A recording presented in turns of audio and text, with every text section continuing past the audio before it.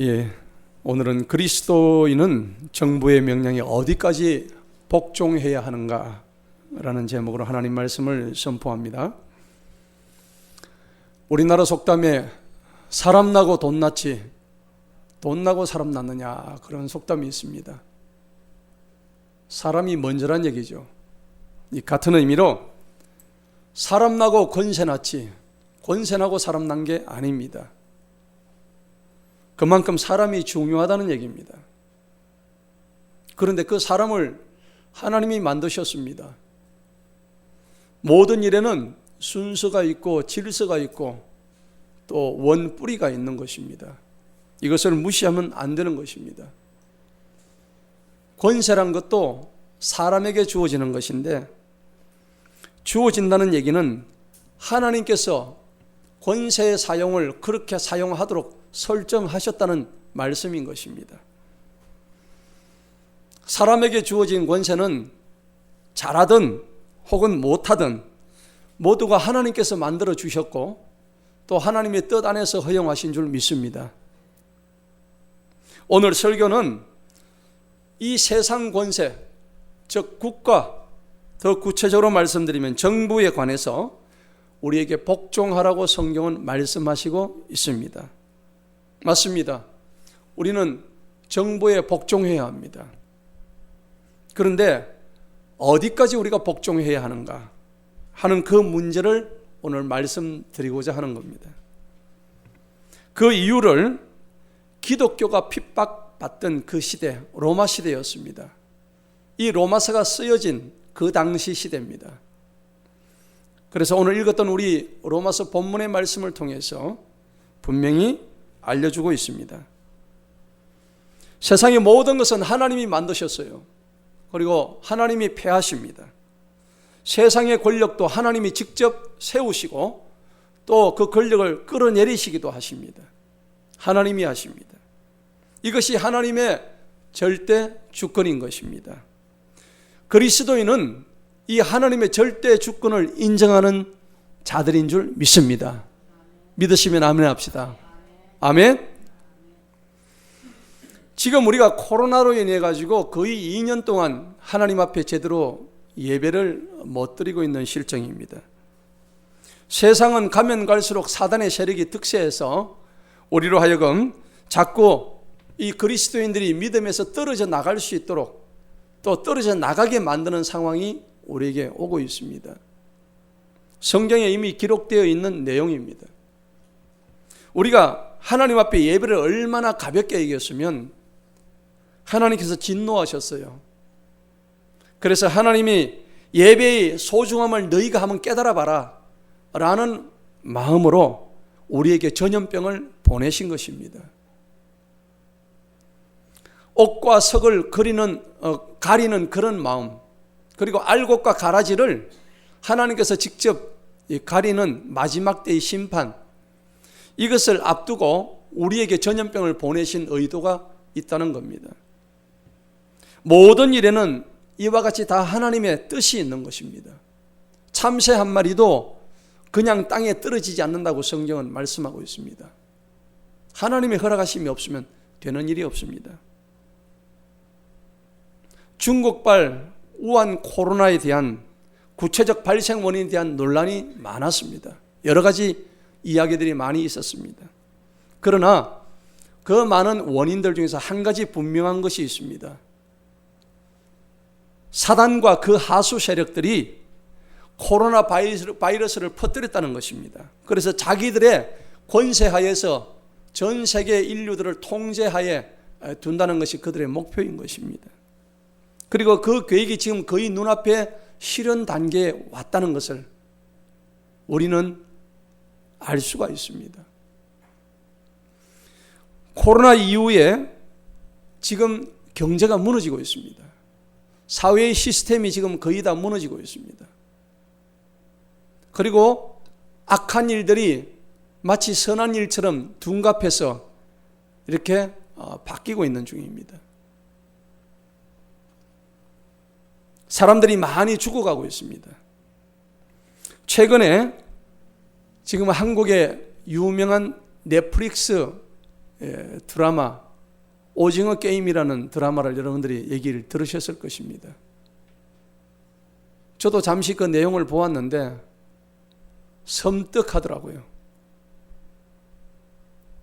학교에 가니까 아이들이 오징어 게임 이야기 외에는 별로 하지 않는다고 합니다. 그러면서 선생님, 그 오징어 게임을 보고 나니까 밤에 잠이 안 와요. 무서워요. 사회에 실패했던 수많은 사람들을 모았습니다. 그래서 거기에 돈을 걸었어요. 456억 원이라는 큰 돈을 걸어서 그 돈을 1등한 사람한테 지급하는 그런 게임입니다.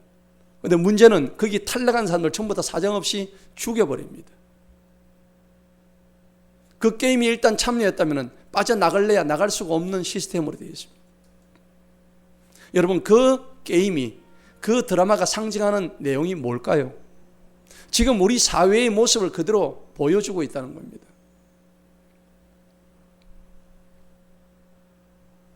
사회의 실패자라고 얘기하고 있는데 그곳에 모인 수많은 실패자들은 자기들이 실패하려고 실패한 게 아닙니다. 이미 사회의 구조상 수많은 사람들이 실패자로 전락할 수밖에 없는 그런 구조 속에 놓여 있다는 게 지금 우리의 문제입니다. 심각한 문제입니다. 엊그제 자영업자 456만 명이 신용불량 상태에 지금 들어가고 있다는 뉴스를 접할 때 참으로 가슴이 답답한 일입니다. 그 오징어 게임에 보니까 소위 말하는 적 그리스도가 666을 은연중에 드러내고 있어요. 우리는 오징어 게임을 거실에서 소파에 앉아서 오징어를 씹으면서 그 영화를 보고 있을지 모르지만은 실제 그 영화의 상황이 우리 삶 속에서 지금 전개되고 있다는 것을 우리가 바라볼 때 그렇게 유쾌하게 그걸 바라볼 수 있는 여유가 있는 게 아닙니다. 그 오징어 게임에서도 666의 표식이 여실히 드러나고 있는데, 그렇지만 여러분, 악은 절대로 하나님을 이길 수가 없습니다. 하나님의 백성들은 종국적으로 승리하게 되어 있습니다. 우한 코로나 사태를 바라보면서 심정적으로나 현실적으로 신뢰할 만한 여러 가지 사실들이 있었습니다. 그런데 어떤 자들은 그게 음모론이다 라고 치부해버리죠. 그런 현실 앞에서 영적으로 눈이 먼 우리의 지금 현재 상태를 우리가 보게 되는데, 욥기서 1장에 보면 사단이 두루 다니다가 하나님 앞에 오게 됨을 봅니다. 하나님의 허락하심 속에서 욥을 치게 됩니다.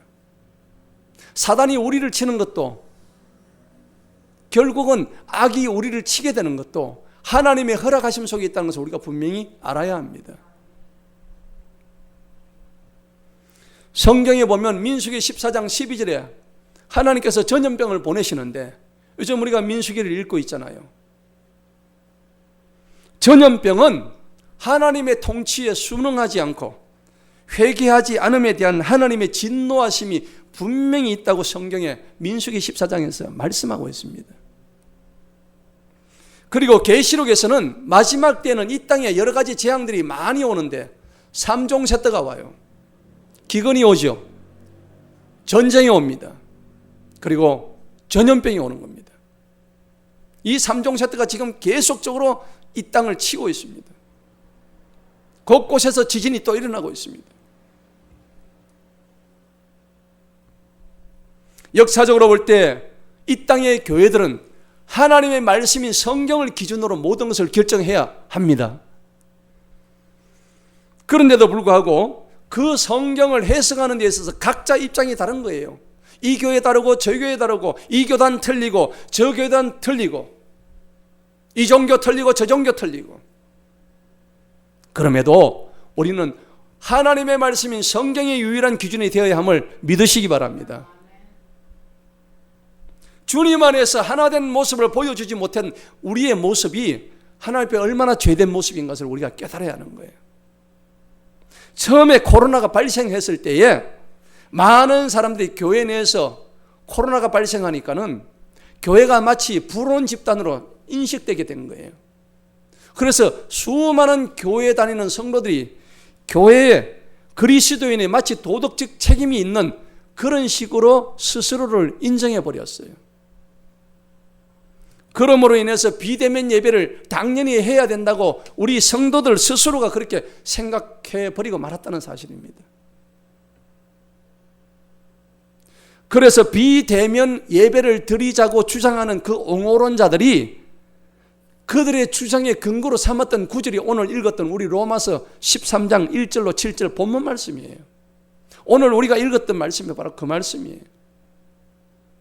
정부 권력에 무조건 복종해라. 정부 권력에 복종하는 것이 가장 중요한 것이다. 무조건 따라야 된다. 그런데 오늘 우리 로마서 13장 본문 말씀을 우리가 자세히 살펴봐야 돼요. 그 원뜻이 무엇인지 분명히 알아야 합니다. 그래서 그들의 주장이 어긋나고 잘못됐다는 것을 우리가 분명히 깨달아야 합니다. 법리적인 관점에서 이 비대면 예배를 하라고 내렸던 행정명령, 그리고 그 현실법에 의해서 위헌적인 부분들, 이 법 적용을 하는 데서 형평성의 문제까지도 한국 교회를 향한 이 악한 의도를 우리가 분명히 알고 이것을 우리는 깨달아야 되는 것입니다. 오늘 설교의 주제가 바로 그거예요. 우리가 이 비대면 예배의 행정명령에 대해서 어떤 태도를 취해야 될 것인가.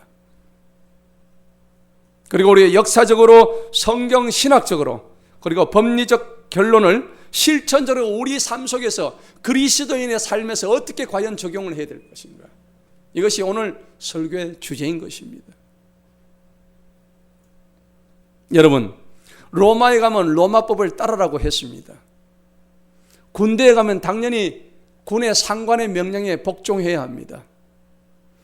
그래서 우리가 살고 몸담고 있는 이 세상의 법에 따르고 복종해야 하는 것은 지극히 당연한 일입니다. 정부의 명령에 따라야 합니다. 맞습니다. 왜냐하면 그 권세를 누가 정하셨어요? 하나님이 정하셨다고 오늘 성경이 말씀하고 있는 거예요. 하나님은 절대 주권으로 우리를 통치하시지만은 하나님이 다 통치하시는 게 아니에요. 누구를 통해서 하셔요? 사람에게 위임하시는 거예요. 그 일을 왕을 통해서, 대통령을 통해서, 정치 권력자를 통해서 하나님께서 직접 하실 일을 사람을 통해서 위임을 하신단 말이에요. 사람은 사람에게 다스림을 받습니다. 그런데 사람은 하나님의 통치로부터 위임을 받는 것입니다. 이 땅은요, 두 개의 나라로 이루어져 있습니다. 하나는 세상 나라고 또 하나는 하나님 나라입니다.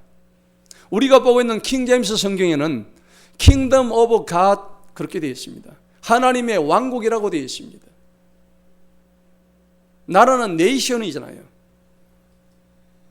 하나님의 법이, 통치 영역이 이루어지는 곳이 이 땅이고 또 저 하늘에 있다는 겁니다. 교회와 국가의 관계죠. 하나님의 통치 영역은 교회에 있고 국가는 이 세상의 권위자의, 권세자의 통치 영역입니다. 그런데 코로나 이후에 정부가 교회의 예배를 제한했습니다. 제한하면서 나왔던 두 개의 큰 이슈가 있었는데 그게 뭐냐?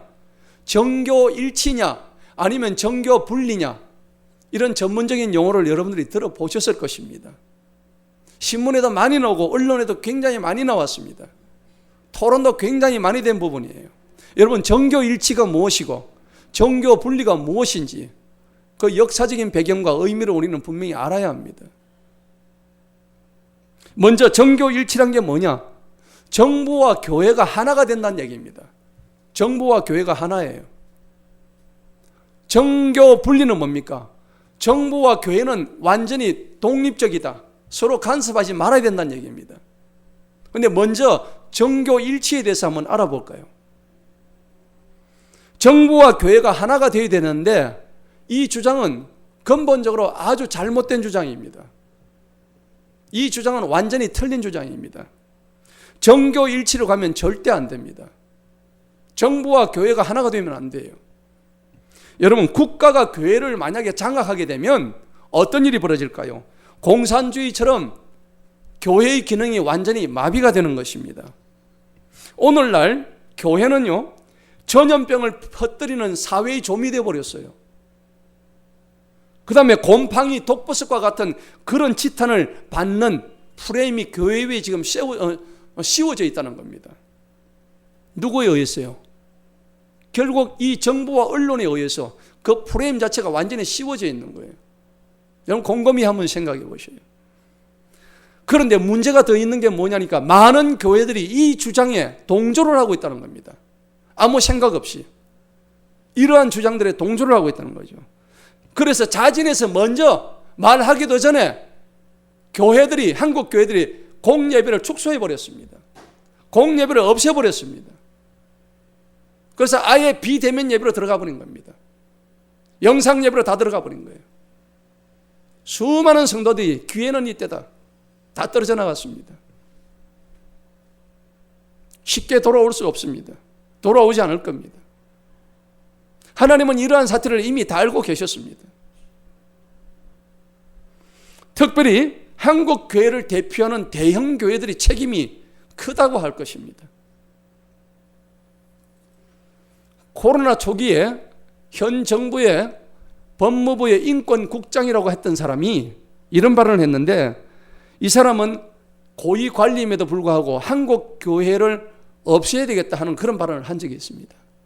한국 교회는 이 땅의 적폐다 뭐라고 발언을 했습니다.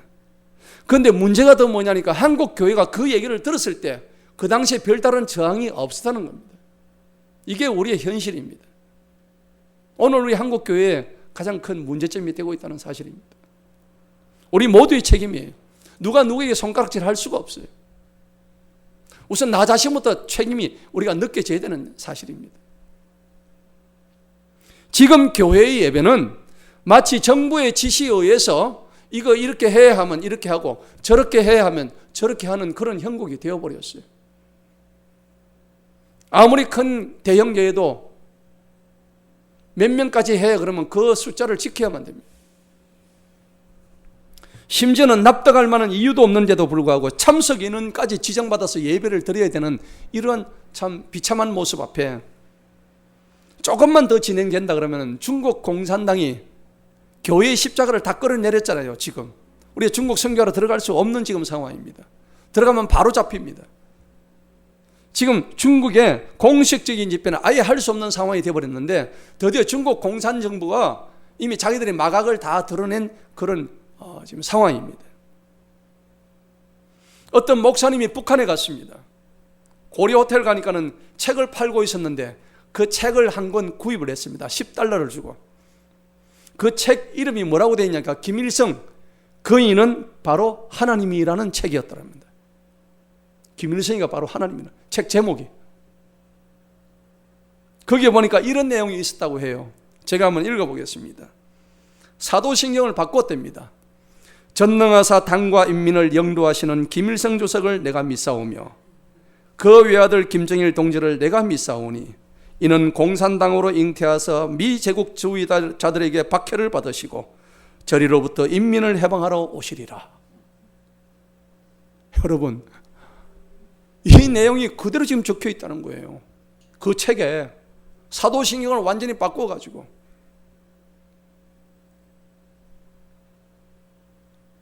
여러분, 김일성이가 원래 기독교 집안에서 태어났던 자입니다. 기독교 집안에서 태어난 자가 하나님을 등지고 배신하고 배교하여서 악의 주축 세력된 것들이 많이 있습니다. 우리가 고백하는 사도신경에 나오는 성부 하나님을 김일성으로, 성자 예수님을 김정일로 고백하고 있습니다. 여러분 잘 알다시피 지금 김일성 동상이 세워진 것은 1907년 평양 대부흥 때 장대현 교회가 세워졌던 그런 장소입니다. 동방의 예루살렘이라고 했던 그 평양이 오늘날 북한 공산당에 의해서 접수되어서 종교의 기능이 완전히 사라져버린 땅이 되었습니다. 동토의 땅이 되어버리고 말았습니다. 왜 그곳에 김일성 동상을 세웠을까요? 김일성이가 하나님이니까요. 우리 다니엘서 보면 느부갓네살 신상이 그 신상을, 금신상을 세웠는데 그게 27m예요. 높이가 27m인데 똑같이 27m짜리 장대현 교회 그 자리에다 김일성 동상을 똑같이 세웠다는 얘기입니다. 그러니까 저 북한 정권은 절대 하나님께서 세우신 정권이라고 볼 수는 없습니다. 마귀가 세웠겠죠. 그냥 하나님께서는 저 정권이 언젠가는 멸망하실 때까지 하나님이 지켜보고 계시는 거예요. 그리고 저 악의 정권을 도구로 해서 악을 행하는 우리 남한의 수많은 악한 백성들을 하나님께서 징치하실 것으로 저는 믿습니다. 그들은 지금도 무수한 기독교인들을 박해하고 탄압하고 그들은 지하에 숨어서 예배를 드리고 있어요. 왜 그럴까요? 정교가 일치했기 때문입니다. 정부와 교회가 하나가 되었기 때문에 교회는 속절없이 정부의 손아귀에 들어갈 수밖에 없었던 거예요. 그래서 정교 일치가 되어서는 안 된다는 얘기입니다. 북한 때는 지금 교회가 없습니다. 그런데 정부가 교회를 접수한 경우도 있지만 교회가 정부를 접수한 경우가 역사적으로 있었죠. 언제입니까? 중세 로마 가톨릭 천년 시대입니다. 중세 시대가 바로 그 시대였습니다. 그때는 교황권이 왕권을 능가하는 시대였습니다. 그래서 로마 교황이 그 이후에 수많은 황제들을 마음대로 폐위시키고 세우고 그렇게 했다는 걸 우리가 잘 압니다. 그래서 반대로 교회가 국가를 손에 넣으면은 이 교황이 국가의 왕들을 마음대로 주물럭거리는 이 이상한 형태가 나타납니다. 아시다시피 로마 가톨릭은 중앙 집권형입니다. 이태리 로마에 있는 그 가톨릭 바티칸 시티의 모든 본부에서 명령만 내리면 다 똑같이 따라해요. 그런데 거기 최고 지도자가 자신이 하나님이 되어 있습니다. 자칭 하나님입니다. 교황의 무오류성이라고 해서 교황은 하나님의 말씀과 똑같기 때문에 교황은 실수가 없는 사람이다 라고 저들은 얘기하고 있습니다. 그렇게 얘기를 하다 보니까 종교가 세상과 결탁해가지고 종교 본래의 기능을 완전히 상실해버린 것입니다. 그래서 여러분 정교 일치가 되어서는 절대 안 되는 것입니다. 성경은요 분명히 정치와 종교는 분리가 되어야 된다고 말씀하고 있는데 예수님은 가이사의 것은 가이사에게로 가고 하나님의 것은 하나님께 드려라 분명히 말씀하고 있습니다. 이 땅의 나라와 하나님의 왕국은 반드시 명백하게 구분되어 있음을 우리가 알아야 합니다. 자, 오늘 우리 본문 말씀은 로마서 13장 1절 말씀을 한번 보도록 하겠습니다. 다 같이 한번 읽어봅니다. 시작. 모든 혼은 위에 있는 권세자들에게 복종하라. 이는 하나님께로부터 나지 아니하는 권세는 없으며 모든 권세는 하나님께서 정하셨기 때문이라. 2절도 읽어봅니다. 시작. 그러므로 누구든지 권세를 거역하는 자는 하나님의 정하심을 거역하는 것이니 거역하는 자들은 스스로 정죄를 받게 되리라. 아멘. 맞는 말씀입니다. 우리는 권세자에게 복종해야 해요. 하나님께서 명령하셨기 때문에 오늘 본문의 말씀대로 하나님이 이게 명령입니다. 그런데 우리가 되게 오해하는 부분들이 이 구절을 들어서 성도들이 정부의 명령에 무조건 복종해야 한다고 말하는데 그것이 아닙니다. 틀렸습니다. 본문을 잘 한번 살펴봅시다. 자, 먼저 1절에 보니까는 모든 혼입니다. 여기서 모든 혼이란 것은 우리가 복종해야 할 이 땅의 권세자들까지 포함되는 말씀입니다. 아멘? 이 땅에 선하고 악하고 온갖 종류의 모든 권세자들도 그 모든 혼 안에 포함되어 있다는 겁니다. 그럼 그 모든 혼은 위에 있는 권세자들인 최종 권세자가 누굴까요? 하나님입니다. 이 땅의 악한 권세자들, 선한 권세자들 누구든지 최종적으로 위에 있는 권세자는 우리 하나님께 복종하라는 말씀입니다. 이 세상의 최고의 권세는 오직 하나님 한 분밖에 없는 것입니다. 그리고 이 땅의 모든 권세는 우리 하나님으로부터 나왔습니다. 기억하시기 바랍니다. 그래서 이 권세를 거스르는 자는 하나님의 명을 거스린다고 했고 심판을 자취한다고 성경이 말씀하는데 우리가 베드로전서 2장에 가면은 이와 똑같은 말씀이 또 나옵니다.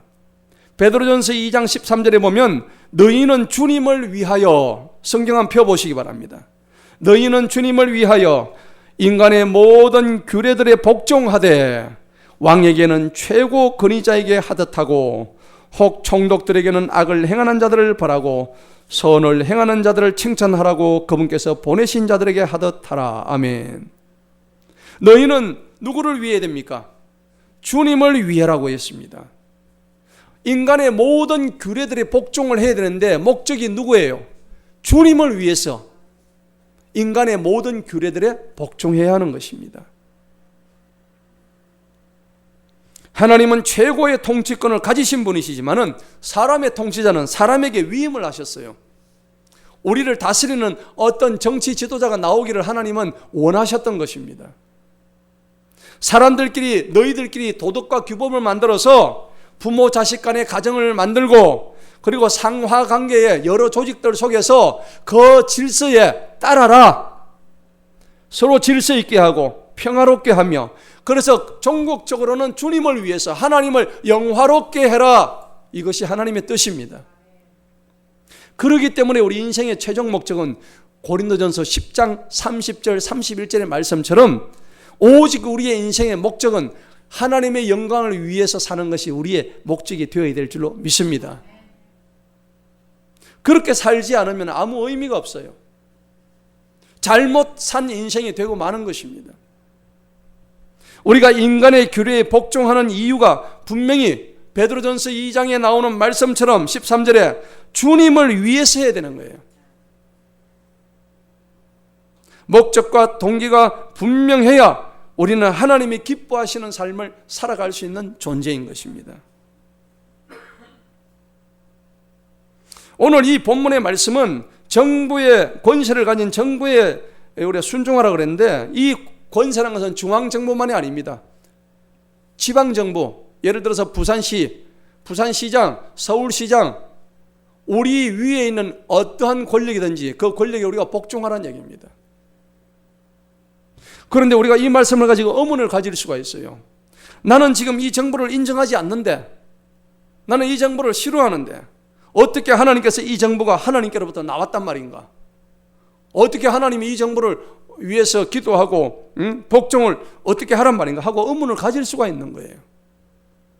그런데 오늘 우리가 말씀을 잘 보아야 되는 게, 로마서에 보면 우리가 13장을 읽었는데 12장에 보면, 자, 로마서 12장을 한번 보십시다.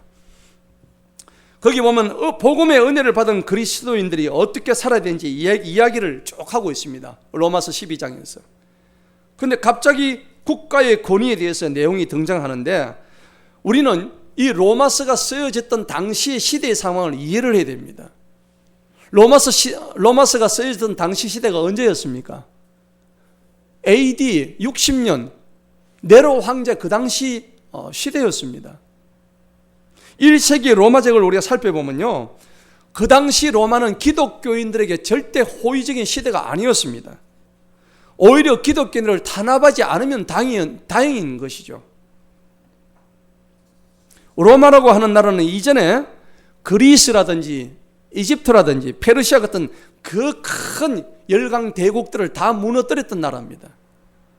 그 당시에 세계를 정복한 나라가 로마였습니다. 모든 길은 로마로 다 통한다고 그렇게 얘기가 되어 있습니다. 그래서 수많은 그 넓은 영토에 수많은 식민지들을 거느리고 살았습니다. 식민지를 통치하면서 로마 황제는 내가 곧 신이다. 그래서 로마 시민들과 백성들이 노예 시민들이, 백성들이 자기를 신으로 섬기기를 요구를 했던 것입니다. 칼과 창으로 그들을 억압하고요, 세금은 엄청나게 무겁게 때렸습니다. 말 안 들으면 십자가 처형을 했어요. 로마에 대항하던 너희들 이렇게 된다, 겁을 주었습니다. 최소한의 종교적 자유와 풍습 등은 지킬 수 있겠지만은 인간으로서 누려야 될 어떤 마땅한 자유와 권리는 없었습니다. 네로 황제 초기에는 기독교에 대한 탄압이 그렇게 심하지 않았지만은 AD 64년도에 로마에 대화재가 생깁니다. 로마에 대화재가 생기면서 누군가 불을 질렀죠.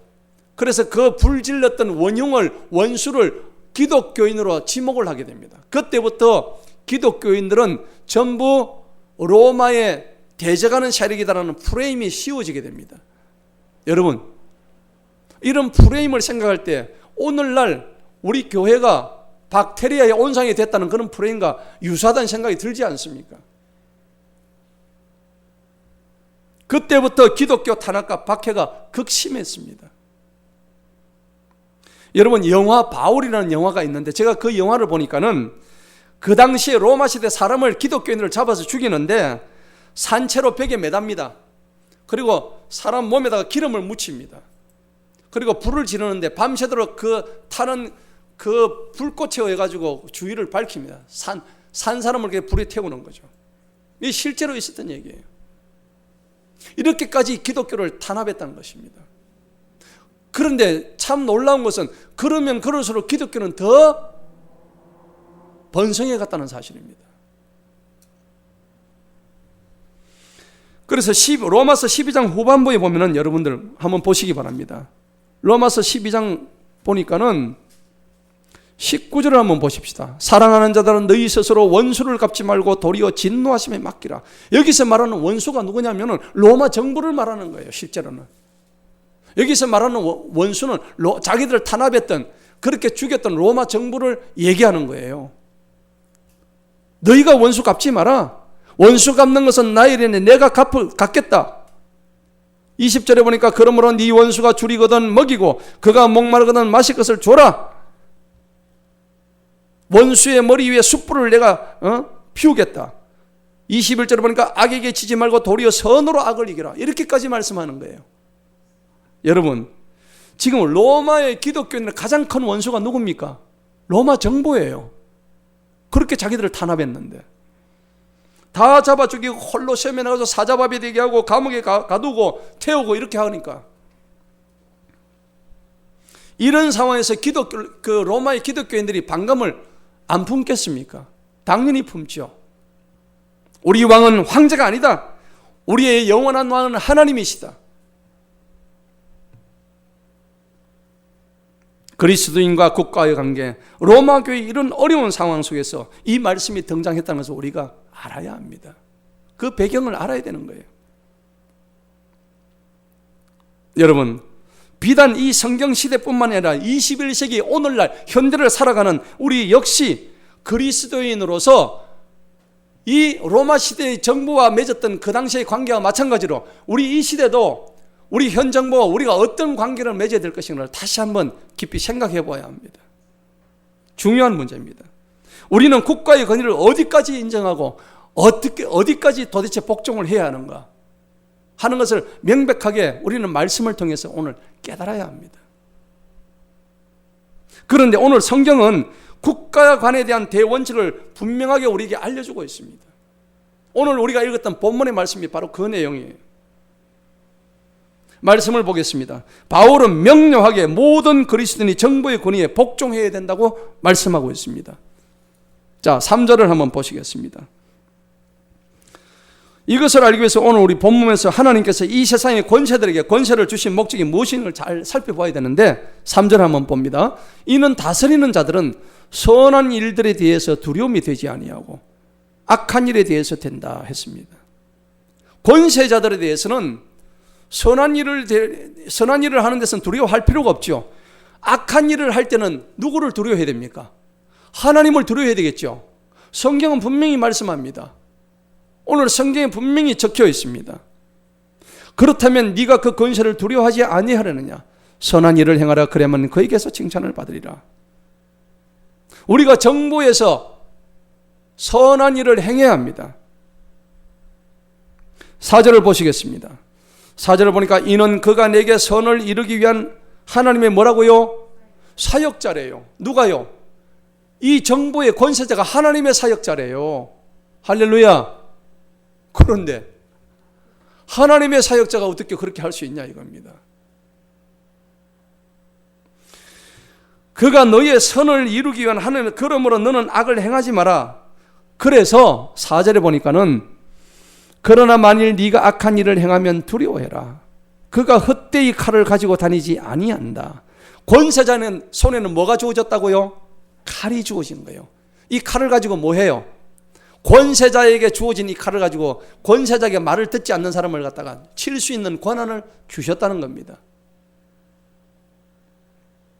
그래서 네가 정부의 말을 듣지 않고 악한 일을 행하게 되면 그 칼에 의해서 맞을 것이라는 것입니다. 왜? 4절 후반부 봅시다. 이는 그가 하나님의 사역자로서 악을 행하는 자에게 진노를 행하는 보응자이기 때문이라. 여러분, 여기서 말씀하는 이 정부의 권세자는 하나님의 선을 행하는 자로 표현이 되어 있습니다.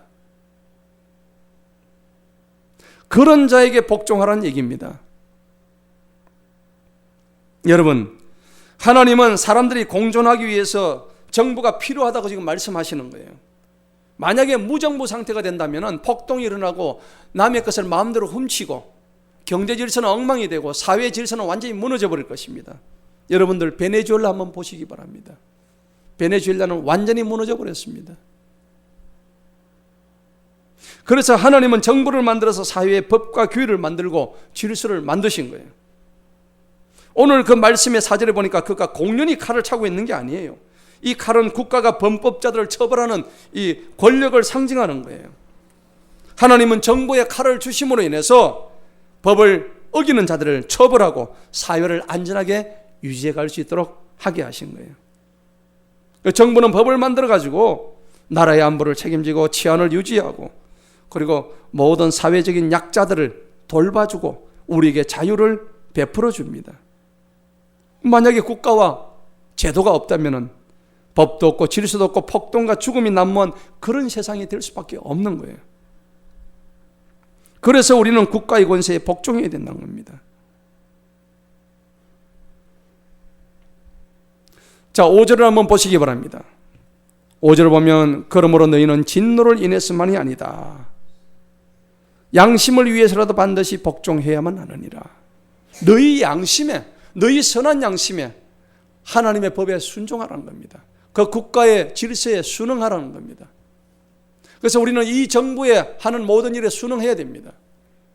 그런데 우리가 이 말씀에 근거한다면 이 세상의 정부도 하나님께로부터 나왔고 하나님이 세우신다고 하셨습니다.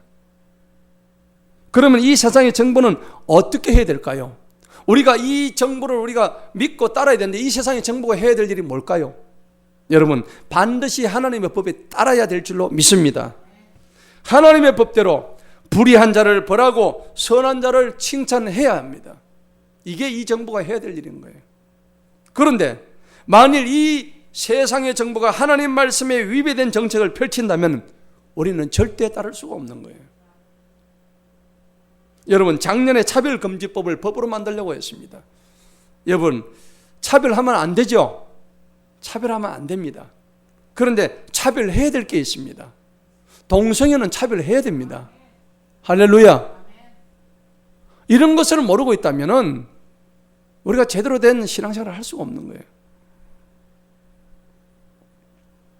이 땅에 기독교를 포함해서 이 땅에 양심 있는 사람들이 차별금지법을 만드는 것을 극렬하게 반대를 했습니다. 그런데 무산이 되어버렸어요. 무산되어 버렸죠. 그런데 언제든지 다시 또 그 법이 또 만들어지려고 또 작당하고 있을 수도 있습니다. 언젠가는 또 만들어지겠죠. 제가 카톡방에도 여러 번 올려서 우리가 반대해야 된다고, 절대 서명해야 된다고 여러 번 제가 말씀을 드렸을 겁니다. 이 차별금지법이 나오게 된 것은 결국은 기독교의 교리를 없애고 교회를 없애기 위한 하나의 배후가 있다는 것을 우리가 알아야 합니다. 동성애를 합법한 것은 절대 용납할 수가 없습니다. 요즘 TV에 보니까는 어떤 연예인이 결혼도 안 하고 결혼 안 하는 것을 비혼이라고 합니다. 안 하고 어떤 남자의 정자를 받아가지고 아기를 가졌는데 그 아기를 키우는 것을 법으로 앞으로 비혼도 법으로 허용한다. 법령 개정을 통해서 그것을 법적으로 긍정적으로 검토하고 있대요. 여러분 생각해보세요. 그 아빠의 아이가 누군지도 몰라요. 성경은 분명히 남자와 여자를 통해서 생육하고 번성하라고 창세기에서 말씀하고 있는 줄 우리가 기억하고 있을 것입니다. 결국 이것도 하나님을 마음에 두기 싫어하는 인간의 죄악에서 나온 생각일 뿐이에요.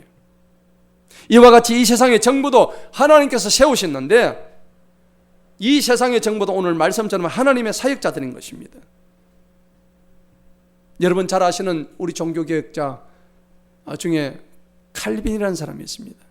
이 칼빈은 유명한 기독교 강요라는 책을 썼어요.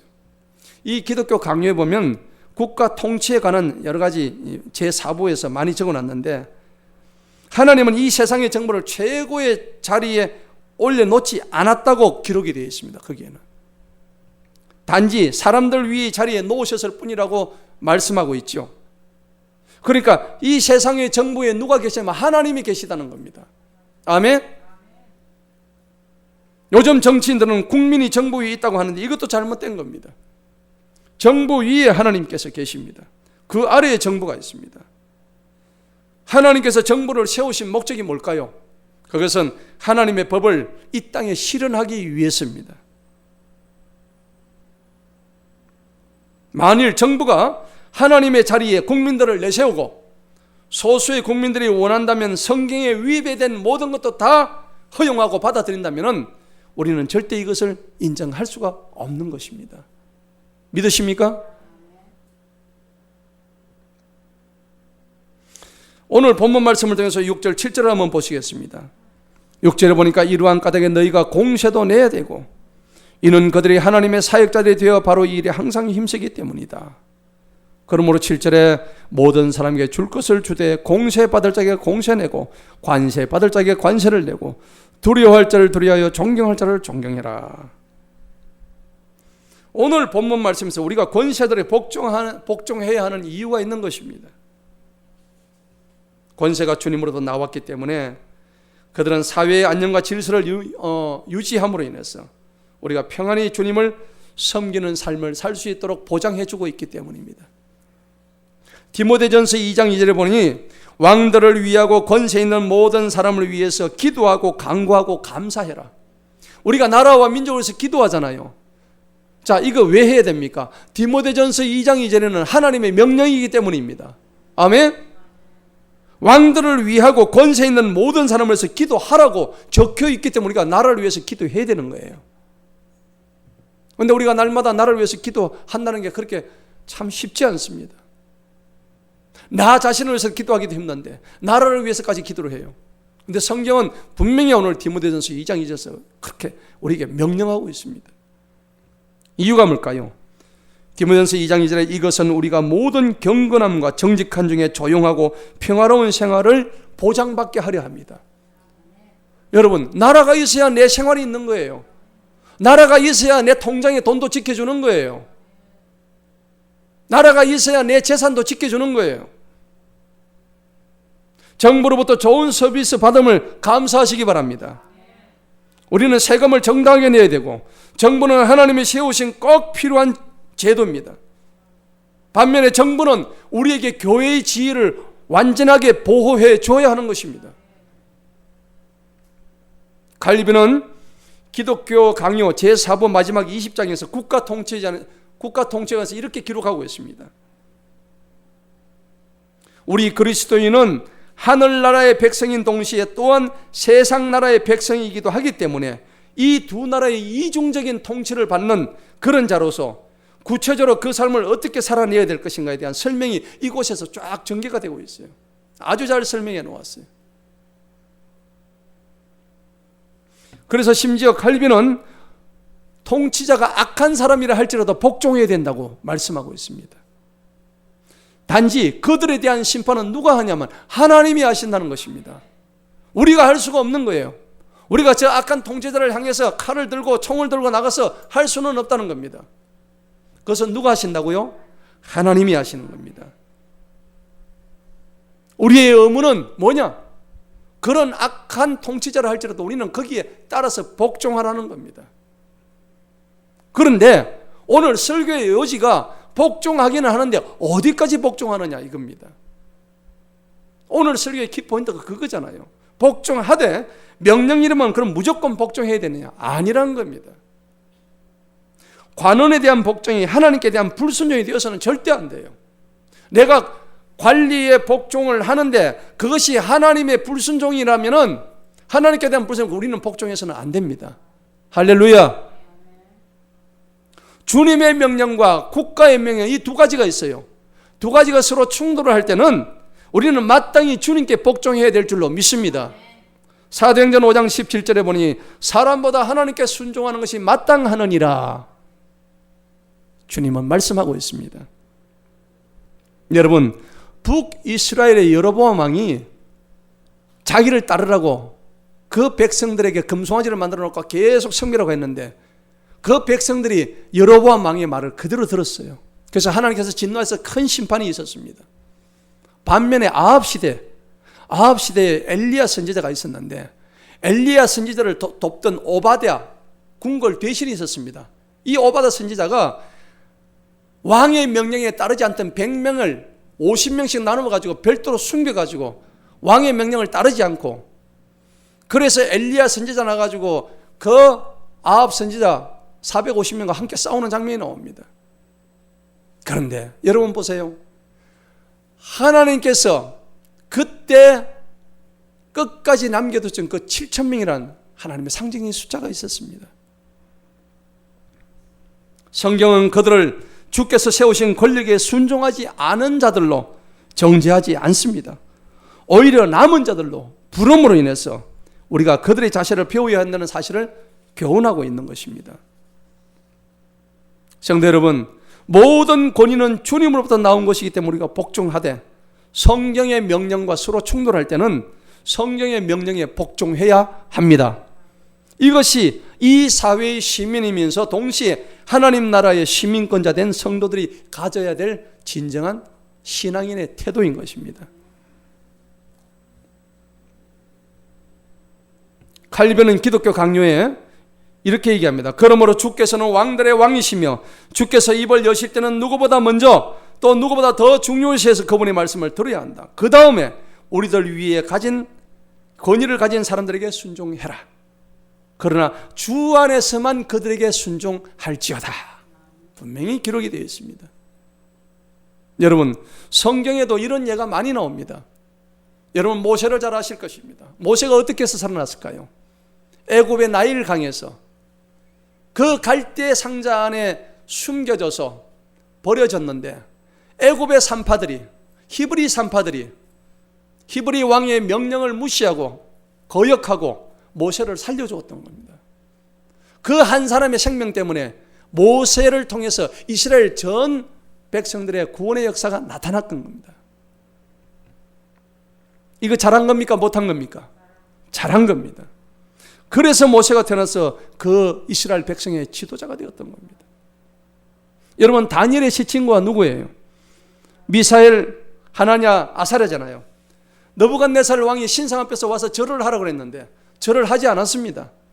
오히려 담대하게 저들은 감옥 속에 갇히고 또 그리고 그 불구덩이 속으로 들어가게 되는데 거기 들어가니까는 온몸에 털 한 끗도 상하지 않고 하나님께서 지켜보았던 우리 사실을 기억하실 것입니다. 잘한 겁니다. 다니엘 역시도 다리오 왕이 30일 동안 자기 위에 다른 신에게 기도하지 말라고 했는데 그 말 들었습니까? 안 들었습니까? 안 들었습니다. 잘한 것입니다. 사도행전 5장에 보니까 베드로와 사도들은 복음 전파를 금지하는 산헤드린의 명령에 불복종했습니다. 복종하지 않았습니다. 이 예를 볼 때에 성경은 시민이 국가에 불복종할 수 있는 근거를 명확하게 우리에게 제시해주고 있습니다. 곧 국가가 하나님이 금하신 것을 명하거나 혹은 하나님이 명령하신 것을 금한다면 국민으로서 불복종하는 것이 그리스도인의 뭐예요? 의무라는 것입니다. 그래서 시민혁명, 개혁, 성경에서 금지합니까? 금지하는 것이 아닙니다. 여러분, 루트의 종교 계획이 있었기 때문에 교황의 명령에 반발했기 때문에 오늘 우리는 이렇게 아름다운 개신교에서 하나님을 마음껏 찬양하고 있는 줄로 믿습니다. 권위에 복종하는 것이 기독교인의 기본 자세지만 잘못된 권력에는 대항할 수 있는 것입니다. 성경이 오늘 분명히 말씀하는 겁니다. 스탈린 같은 독재자, 히틀러 같은 민족 우월주의자, 혹은 북한의 김정은 같은 우상 독재 정권, 이런 것들 우리가 생각해 본다면 우리는 반드시 반대해야 되는 것이에요. 그리스도인들은 기본적으로는 권세에 복종하는데 국가의 지도자들과 그들이 시행하려는 정책과 기조를 분명히 우리가 알고 있어야 됩니다. 여러분, 정치를 알아야 돼요. 기독교들은 정치가 어떤 정책을 펼치고 있는가를 우리가 분명히 알아야 됩니다. 그리고 그런 것들을 성경적으로 분별하는 능력이 우리에게 있어야 되는 것입니다. 무관심해서는 안 돼요. 우리는 하나님의 백성인 동시에 이 세상 권력에 우리는 당당한 백성인 것입니다. 또 정부가 하나님의 위치에 올라가서도 되지 않습니다. 그래서 정부가 하는 모든 일은 다 옳고 무조건 법이라고 해서 우리가 지켜서는 되지 않습니다. 오늘 말씀의 결론을 맺겠습니다. 우리가 어떤 정부에 대해서 무조건적인 절대적인 찬성이나 반대를 할 수가 없습니다. 우리가 좌파 우파 하는데 그리스도인은 좌파가 되어서도 안 되고 우파가 되어서도 안 돼요. 좌파가 잘못되고 우파가 옳다 이런 논리가 되어서는 안 됩니다. 우리는 무슨 파가 되어야 됩니까? 오직 예수파가 되어야 될 줄로 믿습니다. 왜냐하면 이 세상 나라는 그 어떤 정부라 할지라도 좌파 정부든 우파 정부든 절대적일 수가 없습니다. 사람이 있는 것은 다 부패가 있고 사람이 하는 모든 정치에는 잘못된 것이 다 있다는 것입니다. 그래서 우리는 잘하는 것은 잘한다 하고 못하는 것은 못한다고 분명히 말할 줄 알아야 됩니다. 여기서도 우리의 인간적인 기준이 아니라 내게 유리하고 불리하기 때문에 하는 말이 아니라 하나님의 말씀인 성경을 기준으로 해서 우리는 판단해야 될 줄로 믿습니다. 여러분, 하나님의 법과 국가의 법이 충돌할 때는 기꺼이 하나님의 법에 순종하시기 바랍니다. 세상의 권세자들의 위에 계신 하나님을 경외함으로 인하여서 오직 하나님의 법대로 이 세상을 다스리도록 기도하시기 바랍니다. 그래서 이 세상의 정부를 통해서 온전하신 하나님의 정의가 이 땅에 평강이 그리고 충만히 넘치기를 간절히 주님의 이름으로 기원합니다. 기도하겠습니다.